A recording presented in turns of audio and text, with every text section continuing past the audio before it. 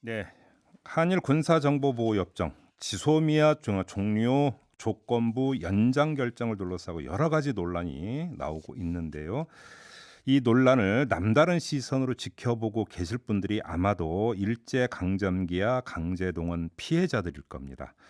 왜 그러냐 하면 이 문제의 발단, 시발이 사실은 이 피해자들에 대한 배상 문제에서부터 그러니까 시작이 됐다라고 하는 것들이 일반적인 분석이고요. 결국은 이 문제가 풀려야 그러니까 한일 간의 갈등이 해결 국면으로 들어가지 않겠는가라고 하는 것들도 일반적인 분석입니다. 관련해서 문희상 국회의장이 원 플러스 원 플러스 알파 안을 제시한 바가 있었죠. 한국과 일본의 기업 여기에다가 국민 성금 등을 모아서 배상 기금을 마련해서 지급을 하자 이런 방안이었는데요. 자, 강제동원 피해자 측의 소송 대리인 한 분을 연결을 해서 이 피해자분들은 어떤 시각으로 이 논란을 바라보고 있는지 한번 이야기 나눠보겠습니다. 강제동원 피해자 소송 대리인이자 대한변호사협회 일제피해자 인권특별위원회 위원장을 맡고 있는 분인데요. 최봉태 변호사 연결하겠습니다. 변호사님 나와 계시죠? 네, 안녕하십니까? 네, 안녕하세요, 변호사님. 일단 문희사 의장이 원 플러스 원 플러스 알파 방안을 제시를 하지 않았습니까? 이게 네네. 이제 뭐 언론 보도도 많이 탔는데요. 피해자분들은 어떤 입장인지가 좀 궁금합니다. 뭐라고 들어가세요? 피해자들의 의견은 여러 가지입니다. 소송을 하고 있지 않은 분이라든지 아니면 기업이 없어져서 소송을 하고 싶어도 하지 못하는 분들 같은 경우에는 뭐 대체로 이렇게 환영을 하는 분위기고요. 네네네. 또 이게 기업의 책임을 명확히 밝혀야 한다는 이런 분들은 위자안이 이제 가해 기업의 책임을 명확히 하지 못하는 것이 아닌가 하는 점에서 문제를 제기하는 분들도 많이 있습니다. 네. 그런데 지금 이거는 1 플러스 1 플러스 알파 이렇게 보도가 되고 있습니다만은 또 어떤 보도를 보면은 이게 2 플러스 2 플러스 알파라도 보도가 되고 있거든요. 왜 아, 그러냐면은 예. 이 기금을 만드는 데 있어서는 한국 정부의 돈이 들어가고 예. 또 일본군 위안부 문제를 해결하기 위해서 일본이 제공한 돈도 지금 이 기금에 들어간다고 하니 아, 그러면은 양국 정부의 돈이 들어가는 것이거든요. 그 그러면은 이게 1 하이치유재단 플러스 1 그 돈 플러스 이야기 알파는 아니죠. 말씀하시는 거죠? 일본 그 정부의 돈이라고 하는 건. 그렇죠. 그래서 양국 정부의 돈이 들어가니까 이게 예. 순수한 의미에서 1 플러스 1 플러스 알파는 아닌 것 같습니다. 그러면 한국 정부와 기업, 일본 정부와 기업, 그리고 알파 이렇게 그러니까 또 이런 것도 그러니까 그 얘기가 된다라는 말씀이신 것 같은데요. 근데 일단 좀 네. 먼저 정리를 해야 될 게 지금 강제동원 피해자분들이 창구가 하나가 아닌 거죠. 그렇죠. 피해자들이 이제 여러 가지 종류의 피해자들이 계시니까 네. 뭐 단체들은 꽤 있죠. 아, 그래요? 그러면 좀 이 단체들 간의 어떤 뭐 협의라든지 창구 단일화라든지 공통된 입장이라든지 이런 것들이 좀 조율이 되고는 있습니까? 그래서 지금 이게 행정부에서 피해자들하고 만남은 현재 이루어지고 있긴 있습니다만은 이게 예. 생각보다는 이제 빈번히 일어나고 있지는 않는 것 같고요. 그래서 예. 이런 과정에서 소외되는 단체도 있고 지금 그런 문제가 발생하고 있습니다. 근데 아무튼 그러면 행정부에서 피해자분들하고 접촉을 하고 있는 건 맞습니까? 예, 그렇습니다. 아, 그래요? 그러면 네, 변호사님도 이제 그 소송 대리인이시잖아요. 그렇죠. 그러면 예. 변호사님에게도 연락이 온 바가 있었습니까?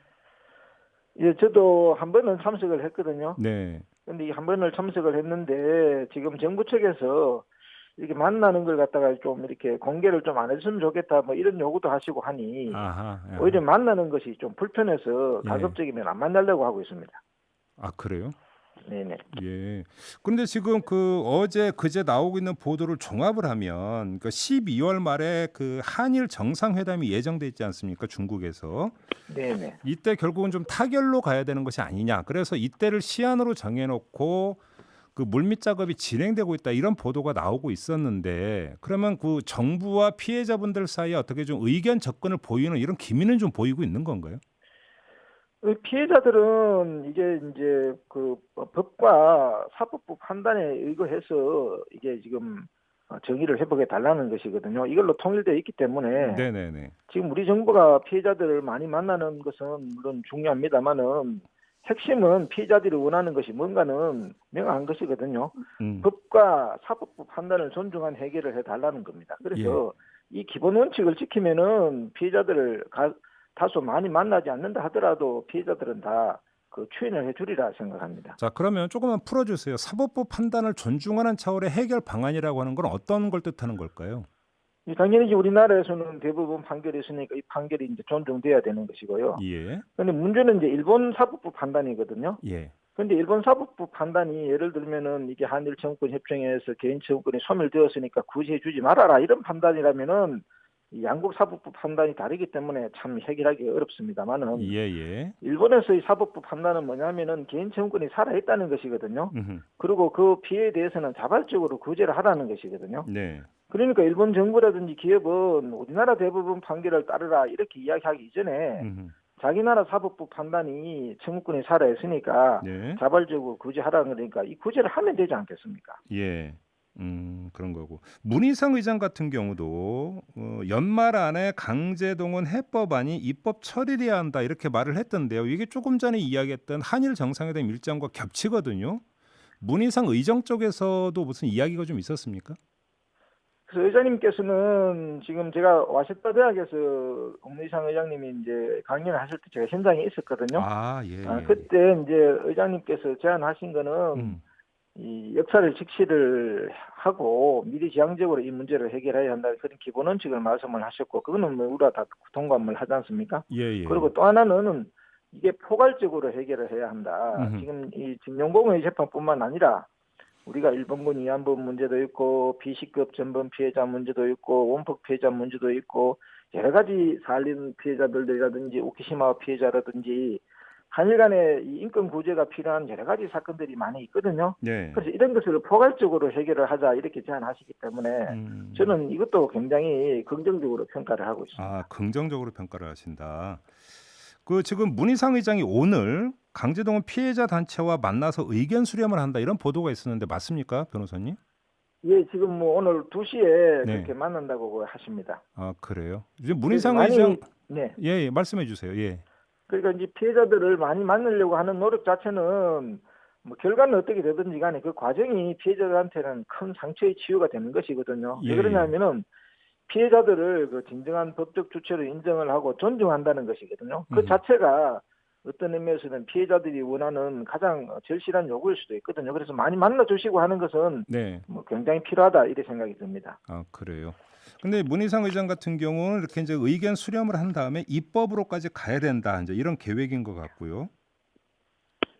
그렇죠. 입법으로 가야 되겠죠. 지금 한일 간에 지금 법적으로 이 문제를 보게 되면은 이 양국 사법부가 공히 개인 청구권이 살아있다 이런 판단을 하는 것이고 네. 그렇다 그러면은 이 살아있는 개인 청구권을 소멸시켜서 이 피해자를 구제하는 것이 네. 이게 핵심이거든요. 네. 그러면 우리 한국인들의 그 청구권 같은 경우에는 소멸을 시킨다든지 할 경우에는 우리 한국 법률로 할 수밖에 없는 것이기 때문에 반드시 우리 한국 국회에서 법을 만들어야지 이 문제를 법적으로 해결할 수가 있습니다. 알겠습니다. 그런데 아마 좀 이런 그 판단이 깔려 있는 것 같아요. 그 보도를 종합을 하면 연말까지 그 해결 방안이 나오고 입법이 완료가 돼야 이제 문제가 풀릴 수 있는 건데 이게 넘어가 버리면 지금 그 자산이 동결되는 일본 기업의 자산에 대한 어떤 현금화 이제 그 작업이라고 하는 게 있지 않습니까? 네. 만약에 이게 시작이 된다면 문제는 더 꼬인다. 아마 이런 판단이 깔려 있는 것 같아요. 근데 이런 일정표나 계획에 대해서 변호사님도 동의를 하세요, 일단? 지금 이게 강제 집행이 지금 현안이 되고 있습니다만은 이 강제 집행을 그 피해자들이 하려고 마음을 먹었으면은 네.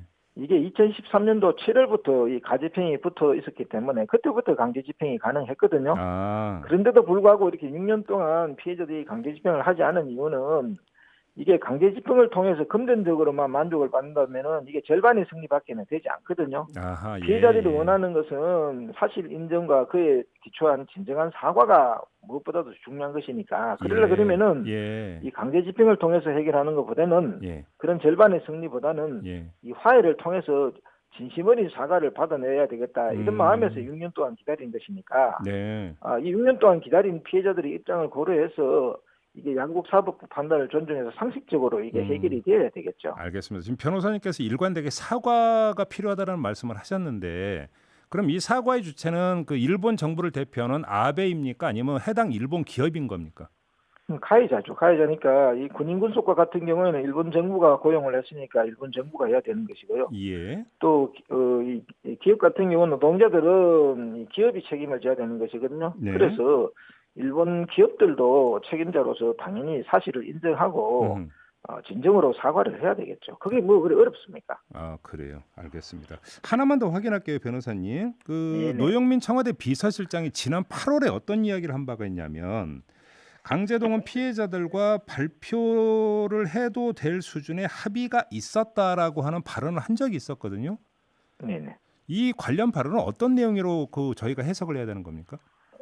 그건 뭐 제가 봐서는 조금 이렇게 사실하고 좀 다른 걸로 저희들은 받아들이고 있습니다. 왜 그러냐 하면은, 예.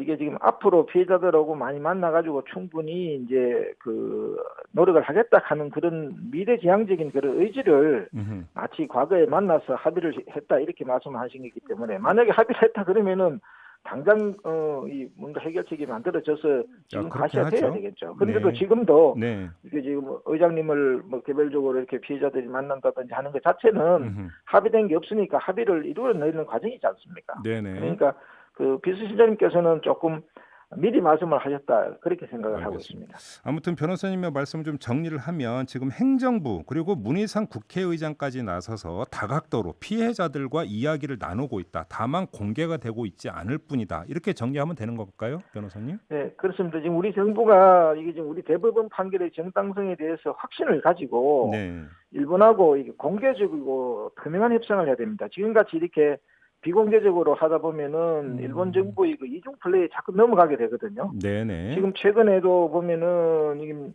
정의용 안보실장님께서 지금 오히려 일본에 대해서 역정을 내고 그러시는데 이게 일본의 이중 플레이라고 하는 것은 이게 굉장히 고질적이거든요. 네네. 예를 들면은 개인 청구권이 지금 살아있다고 자기 국회에서는 그렇게 보고를 하고는 또 우리 한국 정부라든지 한국 언론들 상대로 해서는 소멸된 것이라면 이렇게 이중 플레이를 해서 예, 예. 건전한 여론을 형성되는 것을 방해하고 있거든요. 그래서 그렇죠. 이런 부분을 예. 잘 염두에 두고 잘 대응을 해야 될 겁니다. 알겠습니다. 자, 오늘 말씀 여기까지 드릴게요. 고맙습니다, 변호사님. 네, 감사합니다. 네, 지금까지 강제동원 피해자 소송 대리인을 맡고 있는 최봉태 변호사와 함께했습니다. 이슈의 핵심을 꿰뚫는 예리한 시선, 믿고 듣는 진품 시사 김종배 시선 집중.